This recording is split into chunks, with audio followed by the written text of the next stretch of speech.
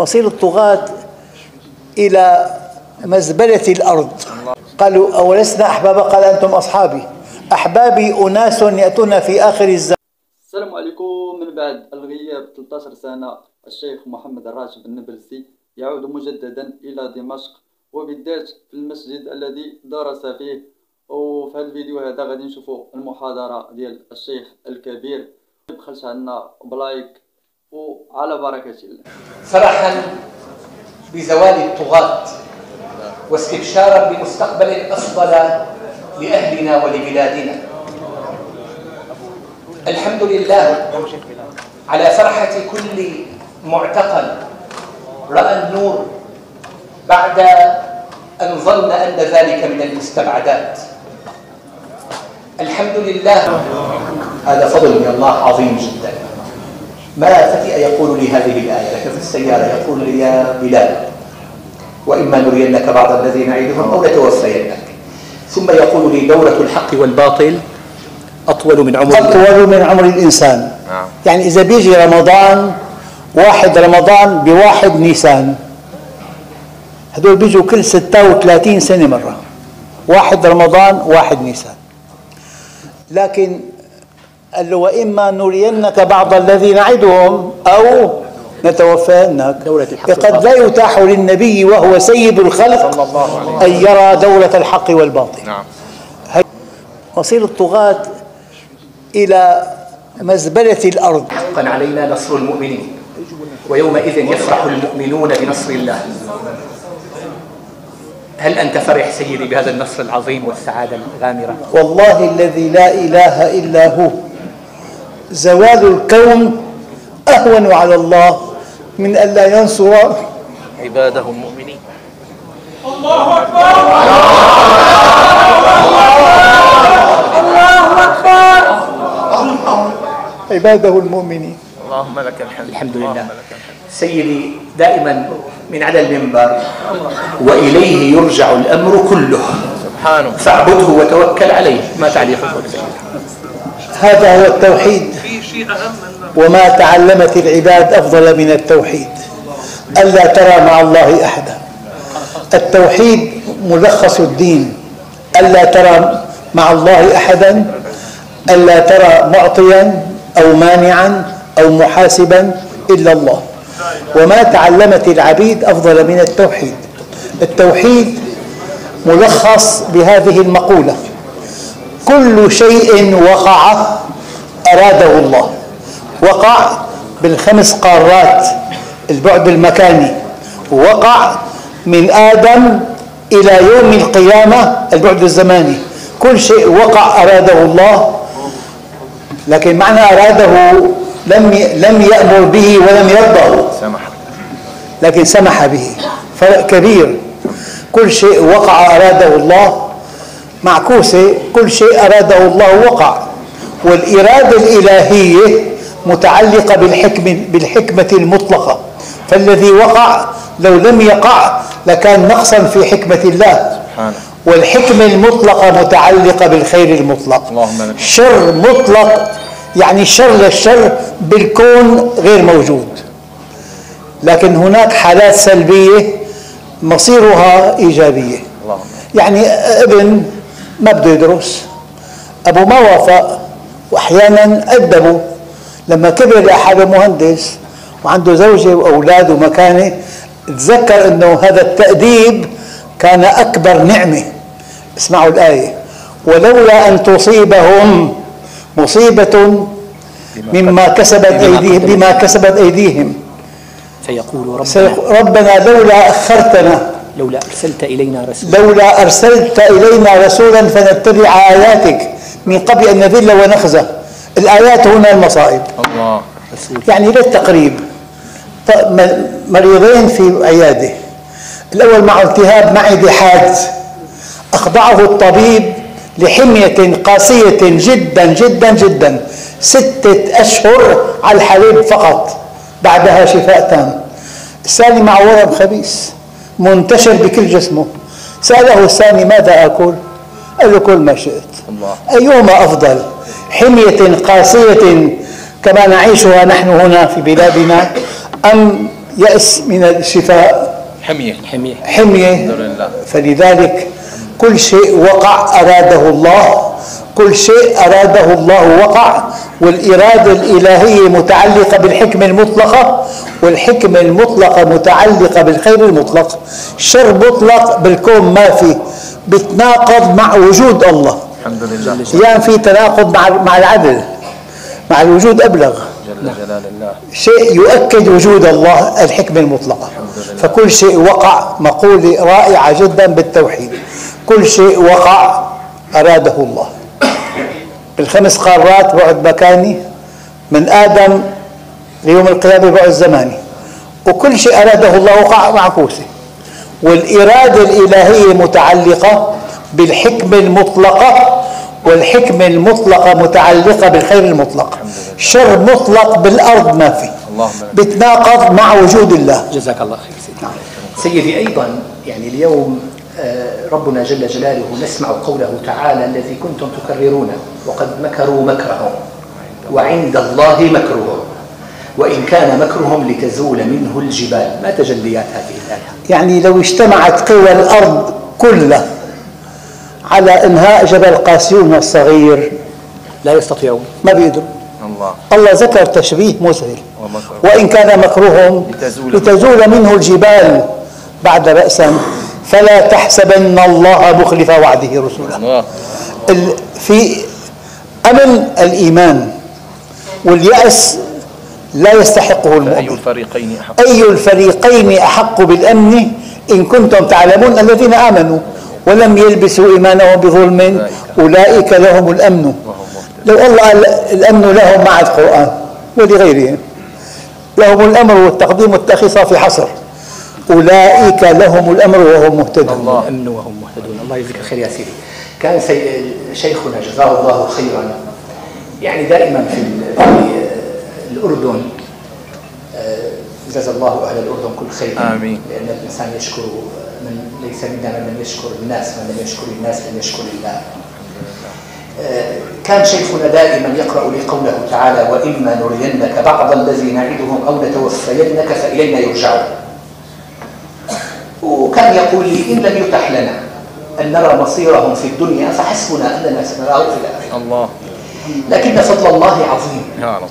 أراه مصيرهم في الدنيا وسيرينا مصيرهم في الآخرة. الحمد لله. هذا فضل من الله عظيم جدا. ما فتئ يقول لي هذه الآية لكن في السيارة يقول لي: يا بلال، وإما نرينك بعض الذي نعدهم أو نتوفينك. ثم يقول لي: دورة الحق والباطل أطول من عمر الإنسان. يعني إذا بيجي رمضان، 1 رمضان ب1 نيسان، هدول بيجوا كل 36 سنة مرة. 1 رمضان 1 نيسان. لكن قال له: وإما نرينك بعض الذي نعدهم أو نتوفينك. قد لا يتاح للنبي وهو سيد الخلق أن يرى دورة الحق والباطل. هي دورة الحق والباطل ثابتة، بس أمدها أطول من أمد الإنسان. فالإنسان ينتظر. يعني واحد وعدك بشيء لا يقدر بثمن، وعدك بجنة عرضها السماوات والأرض فيها ما لا عين رأت ولا أذن سمعت ولا خطر على قلب بشر. شو العطاء هذا؟ الله. يعني واحد إذا كان غني كبير بيعيش 100 سنة، حالة نادرة جدا. يعني 130 أكبر واحد بمصر 3. أما أنت إلى أبد الآبدين، جنة عرضها السماوات والأرض فيها ما لا عين رأت ولا أذن سمعت ولا خطر على قلب بشر. أنت موعود بالجنة، والجنة عطاء ليس دونه عطاء. سيدي، يعني اليوم إخواننا جميعا ونحن رأينا هذه الصور المرعبة، كلنا نعرف الإجرام الذي كان عليه هذا النظام الفاجر، لكن رأينا صور مرعبة لسجن سيدنايا والسجون الأخرى وما يفعلونه. وهنا أذكر سيدي تعليقا لكم على قوله تعالى: وإن منكم إلا واردها. ما معنى ورود النار؟ هل هو دخولها؟ لماذا نرد النار يوم القيامة؟ لأنها أخف من عذاب النفس، يعني حتى يرى عدل الله فيها. لكن ورود النار غير دخولها. نعم. ورود النار لا يمسك حرها سيدي. لا يمسك حرها.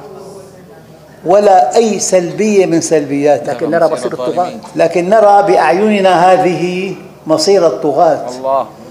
مصير الطغاة إلى مزبلة الأرض. الله أكبر. إلى مزبلة الأرض. الله أكبر. والمؤمنون في أعلى عليين. لا إله إلا اشتقت لأحبابي صلى الله عليه وسلم. قالوا أولسنا أحبابك؟ قال أنتم أصحابي. يعني النبي الكريم أرسل هذه الدعوات رحمة بنا. صلى الله عليه وسلم. اشتقت لأحبابي قالوا أولسنا أحبابك؟ قال أنتم أصحابي. أحبابي أناس يأتون في آخر الزمان القابض منهم على دينه كالقابض على الجمر، أجره كأجر 70. قال منا أم منهم؟ قال بل منكم، لأنكم تجدون على الخير معوان ولا يجدون. الله.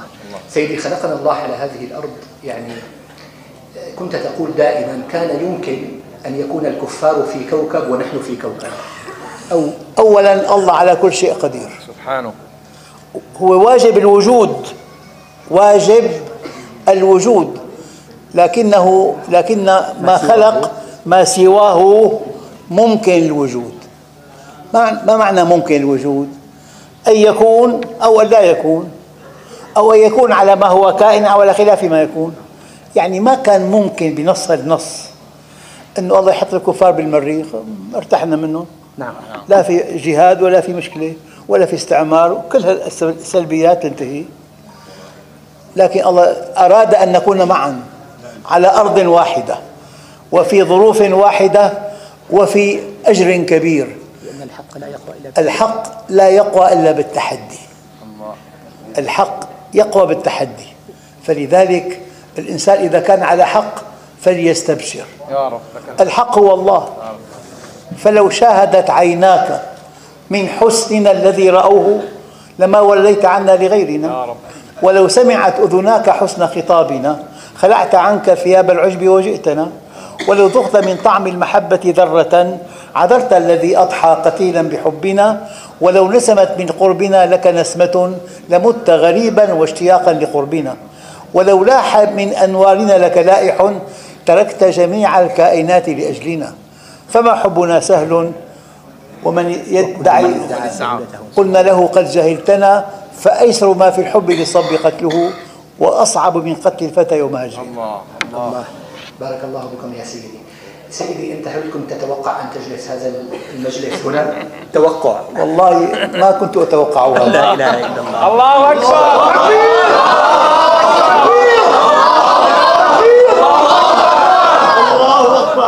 بس والله العظيم الله اكبر. والله لو العالم عرفانين ان الدكتور جاي ملايين راح يسحبوا لنا. مشان هيك ما عرفناه. والله مشان هيك وهيك الله هيك يحميك يا دكتور. الله يبارك فيكم. سيدي، يعني الناس، أنا ما وجدت رجلا، لا أقولها في وجهك، شيخنا علمنا أنه نحن الدعوة لله ما يقبل مدحا، لكن أنا ما وجدت رجلا في العالم يعني الإسلامي للبداية إلى الله أجمع الناس على حبه مثلك. الحمد لله. إن شاء الله. ماذا صنعت سيدي؟ ماذا صنعتها مع ربي؟ إذا علم الله منك. إذا علم الله منك تطبيقا لما تقول يا رب. وإخلاصا فيما تقول يا رب. كتب لك القبول. الله. هذا قانون. أنا يغلب على ظني أنني أحب الدعوة المعلمنة. علم مو مشخصنة، مو أنا لحالي. إذا علم الله منك تطبيقا لما تقول وإخلاصا فيما تقول كتب لك القبول.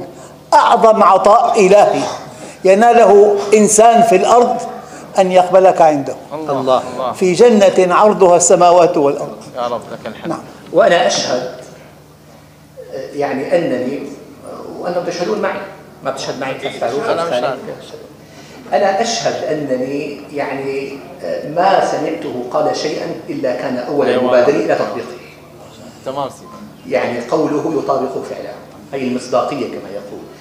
وأشهد، وهذا سر بين العبد وربه، أنا لا أزكيه على الله، لأن هذا سر، الإخلاص سر، لكن أشهد أن ما رأيته ينم عن إخلاص كامل، لأنه ما كان يعمل لشخصه ولا لذاته، لذلك حار فيه أعداؤه. الحمد لله. كان يقول لي شيخنا، يقول لي أنا أعمل في غفلة من الزمن. الله. اجتهدوا، كنا في هذا المعهد هناك عندنا 100 طالب، كنا شبابا صغار قبل هذا الشيب الذي لحق بنا، لكنه مدير المعهد.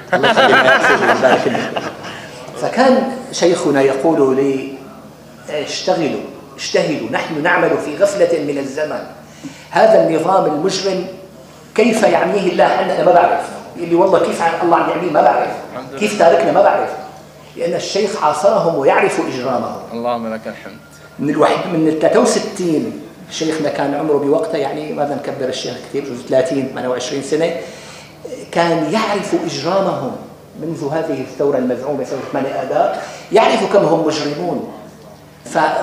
فرغم ذلك كان يعلم في المدارس، مدرس لغة عربية، ما رأيت رجلا علمه الشيخ راتب النابلسي إلا يقول كان شيخنا الدكتور راتب علمنا اللغة العربية، يمرر فيها رسائل التوحيد ورسائل الإيمان، ثم يصعد على هذا المنبر فيعلم الناس دينهم، ثم أسس المعهد، ثم قال لي عندي حلم أن أنشئ مدرسة شرعية، فجاءته هذه الأرض رحم الله الدكتور زياد الدين الأيوبي الذي يسرها وهيئها، كان وقتها وزير أوقاف، هيئ هذه الأرض، كيف نشأت 9 طوابق.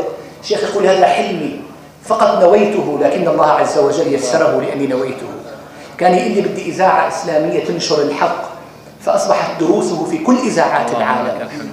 يعني أنتم اليوم مبسوطين بالشيخ كثير، الشيخ صار جمهوره بالعالم كله، جماعة الأردن هلكونا، أسأل الله أن يديم عليه الفضل. الله يبارك فيكم، الله يرحم شيخنا أبو محمد العراوي آمين، إمام هذا المسجد. يعني أتذكر الآن بفضله العظيم، أنا كنت ما أحب أن أصلي، لا أجد أجمل من الصلاة وراءه، لأنه أيضا كنت لا